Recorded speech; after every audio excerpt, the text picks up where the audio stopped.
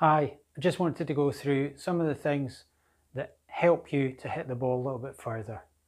There's fairly basic things in here, but it's worth running through them because I'm out there on lessons time and time again, and I see people not doing really basic stuff. So there's a few things that people that hit the ball a long way do, and people that don't hit the ball very far, they don't do them. So they maybe don't know about them or aren't able to do them. So the first thing to think about is actually the setup. So one of the big things that causes the lack of distance is gripping the ball too tightly. So a lot of people who hit it a long way, virtually everybody that hits it a long way will grip it softly. So to grip it softly, you have to grip it properly as well. So there's other videos you can watch on more of an in-depth view on how to grip the club exactly right. But basically what you're trying to do is grip it right in the base of the fingers so that the club is at the bottom of your hand there. You're not in the palm. There's even a little gap in here. I've not got my hand planted flat on that grip. It's actually sitting a little bit up and it's in the fingers, and that enables wrist hinge to work. So if you were going to go with any little key, it would be that any sort of pressure is in these top three fingers and then the middle two on the other hand. So middle two, top three, middle two. So again, the right hand is in the fingers as well. Once you've got a soft grip, the other setup thing you have to watch about is aiming.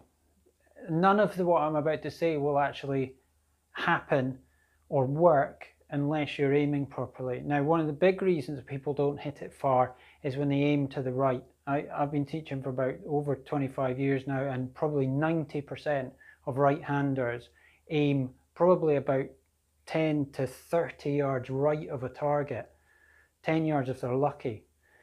And what that does is causes a slice.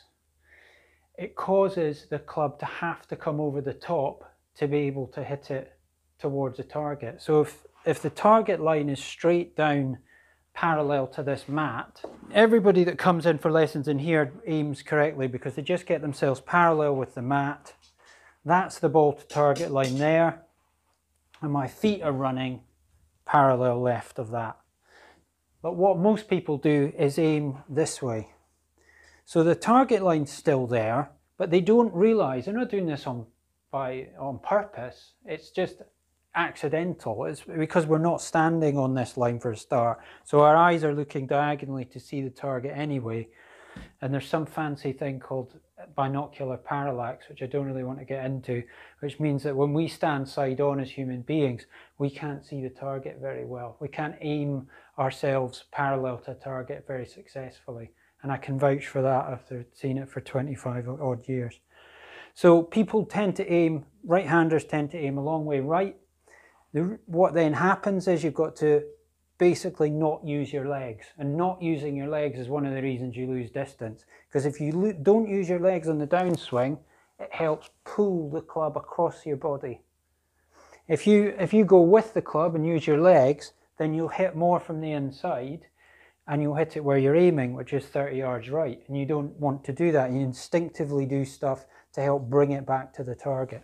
So you come across like that, and it's the be-all and end-all of why people can't get rid of slices. It doesn't matter what you hear about fancy things about coming from the inside and all the rest of it. Unless you aim parallel left to the target, it's never going to go away. But I don't want to get too much into that now. What we're trying to do here is focus on things that make you hit the ball further. So we've talked about grip and the softness of the grip. The softness of the grip is key. Once you've got it on properly, you've got to be able to move your wrists and hinge them without your arms. If you're gripping it tight and you want to move that club back and forward, it's an effort, or it goes in a straight line. It doesn't do that. You should be holding it as soft as you can without somebody being able to pull this out of your hand. There's lots of different ways of thinking of how soft to hold it, but it's literally as soft as you can go without somebody being able to take it off you. And that takes a bit of believing for a lot of people. They can't believe how soft you actually have to hold it. But that is a key factor. So we've done grip, we've done grip pressure, we're on to width of swing and shoulder turn. The next thing that you see with people that don't hit the ball very far is not a lot of shoulder turn. So they lift the club up, basically. The body just basically stays in the middle and doesn't turn. So what you should be looking for, ideally, is a 90-degree shoulder turn if you can do it. Depends on your age and physicality and athletic ability and all the rest of it. But in a perfect world, you're looking for about 90-degree shoulder turn if you can get it. And your hips don't do as much. Your legs don't do as much. Your legs are trying to keep you stable, keep you in the middle. They're the foundation. They're the thing that keeps you centered. It's the top half that's doing the work in the backswing. You're creating a resistance between the bottom half and the top half moving. It's twisting against the bottom half, which is not moving as much. So shoulder turn's key for distance, not just lifting your hands up. That looks like a long swing. In fact, some cases people could say you're over swinging, but your shoulder hasn't come round, and that's key to distance. So if you could get that shoulder, if you can get the width out here and keep it moving, then you'll create some power for on the way through. And the next part that I need to talk about for backswing is related to gripping it softly. This will not happen unless you grip it softly, and that is wrist hinge. Wrist hinge comes at the back end of the backswing. There's different theories on this. My theory is that your wrist hinge should happen slightly later on. I'd like to take the club wide to make sure, with very little wrist hinge to start with, and then it starts to set. Gradually you start to turn up here, and now you've created wrist hinge. Now, if you don't do wrist hinge, if you grip it tight, your club will stop about here. Now, I've still turned my shoulders, so there'll still be some power there, but I've lost length to my swing. Now, if I simply hinge my wrists at that point, that club's travelled from that point there to somewhere up here. Now, that is quite a few more miles an hour of speed that I've lost, because I've lost length to my swing simply by adding in wrist hinge. Instead of the club sticking out there, it's now starting to hinge around here. My shoulders actually haven't gone really any other more round than they were already, but it's just that the wrists have hinged, and I could only do that, remember, by keeping the hands soft. That's the only way it happens. So that's the main thing about backswing. Then on to the downswing. And this is quite simple for me. I hear a lot about transition and what do I think about on the way down. For me, the thing that I see that people that don't hit the ball far is a lack of leg action. And remember at the start I talked about why that is. If you're aiming right, this won't happen, can't work for you, don't even bother trying to do it. But if you're prepared to commit to this aiming, then this next bit can help you. You can actually try to do this, and most people are capable of doing this, and the only reason they can't do it is because they aim right and they don't want to do it. There's no need to do it. So if you're aiming parallel to the target, like we talked about, so that's going to the target, and then my feet are parallel left. The next bit I see that people don't hit the ball very far is they don't use their legs. So you'll see that sort of look, and that pulls across it. If I'm aimed right, yeah, that will pull it back to the target. So now, aiming correctly, you want to swing like the pros on the way down. You want to use your leg action, and that is the big thing. Kick active legs, kick your legs through at the very start of the downswing. All the top players do it. They get up to the top, and the first thing that goes is not the hands down. It's actually the legs start to drive towards the target. This right knee starts to try and kick into the left knee. I'll show you on the other angle in a minute, but you get up to the top and it's drive the legs through. And that helps and achieves the rotation that you hear about all the time.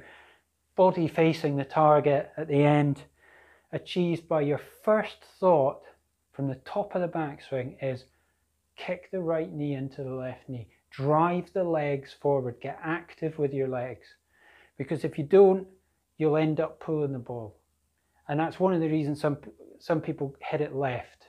If, say you were to aim here and you're aiming perfectly and you accidentally get slow with your legs, you dominate with the downswing, you will pull the ball left. And I'll show you with some swings once I get the machine on. Driving forward the legs is the key thought for distance on the downswing. So when you get to the top from this angle, it looks like this, up to the top, and you start to drive the legs forward and the hands sit closer to your body.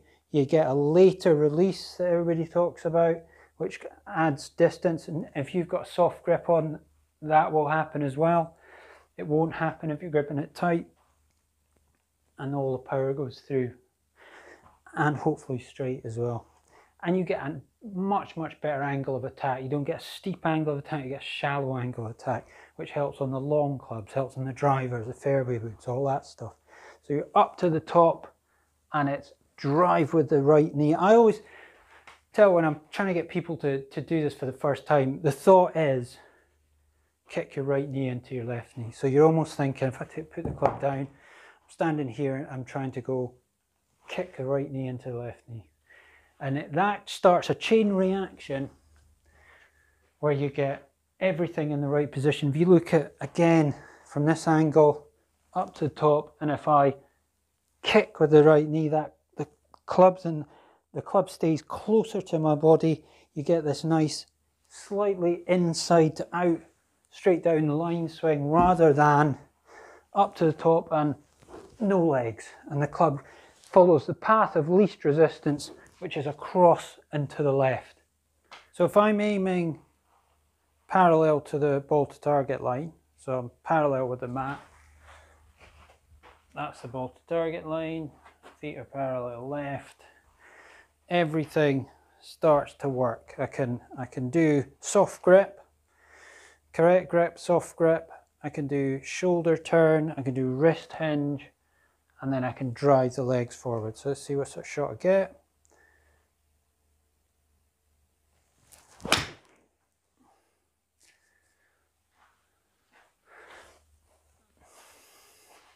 Not bad for first shot of the day. Nice straight shot, that side of the line. Whenever I get people in here who obviously come across the ball and across the top and slice it, everything starts that side. And that's when you see lack of leg movement from the top of the swing, when the body doesn't move through the ball. But that's years of aiming like this. So say I'm one of the 90% that aims right as a right-hander, and I'm aimed up here. So I've set up here. I'm not meaning to aim right, it's just how I see the target. So I've got a really good setup apart from that. I can't do leg action now, because if I do everything correctly and drive my legs through, I'm just going to hit it away across there. I'm going to hit it because that's where I'm aimed. I'm aimed parallel miles right of this line. So it doesn't work for me. So now what happens is no leg action. And if you watch, I'll hit this one with no leg action. Quite hard to do. Still went off to the right because I was aiming that far right. Back across it, no leg action, and actually managed to hit a hook, low hook, because I closed the face as well. And that's the other thing you see quite a lot with people when they aim right, is they close the face, because it's another way of getting the ball to go back to the left, because they're aimed that far right, and if they did a normal swing, it would go way out to the right, so they don't do it. But the main thing it robs you of is the lack of ability to move your legs through. There's no reason to do it, leg action, when you're aimed to the right. As soon as you get parallel left, opens up a whole new world of possibilities for being able to move your legs and for it to work. So if you look as well, here's another illustration of it. If I aim perfectly and then do a swing where I don't move my legs, so quite often in lessons I'll get somebody, I'll talk them through this, and then we'll get them in the right position, try and get them to move their legs, but they don't do it. They're so used to doing the over-the-top swing, and still the body's just programmed to do that, that they still do it even from this aiming position, which to them looks horrendous. They look like they're aiming way too far left. So if you do a swing with no leg action from the correct aiming position, I think you'll know what we're going to get. should go way left. Yeah. And the reason that comes back into a slice is because people try to keep the face open to counteract the fact that they're pulling across. So you end up with, so if I pull across with an open face this time,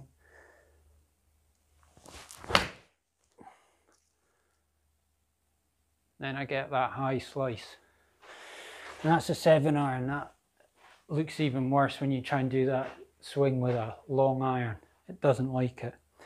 So that is really it. That's the basics of why some people hit it far and why some people don't. To recap, it is soft grip, but your hand has to be on correctly to be able to achieve a soft grip. If you don't hold it properly, right in the fingers, you won't be able to support it properly and you'll have to grip tight. You won't be able to grip soft. So position's key, and then softness. After that, it's about shoulder turn, turning your shoulders into the backswing, and then at the end of the swing or halfway through, the wrist hinge. Third part is leg drive through the ball. So there's reasonably simple things that make up why people hit it far and why people don't. And if, as I say, if you've never had it explained to you before, it can be a bit of an eye-opener. But as I say, got to get aimed properly, or none of this Tour Pro swing stuff works. So thanks for listening. Any questions, put them in the comments and I'll be happy to answer. Thanks a lot.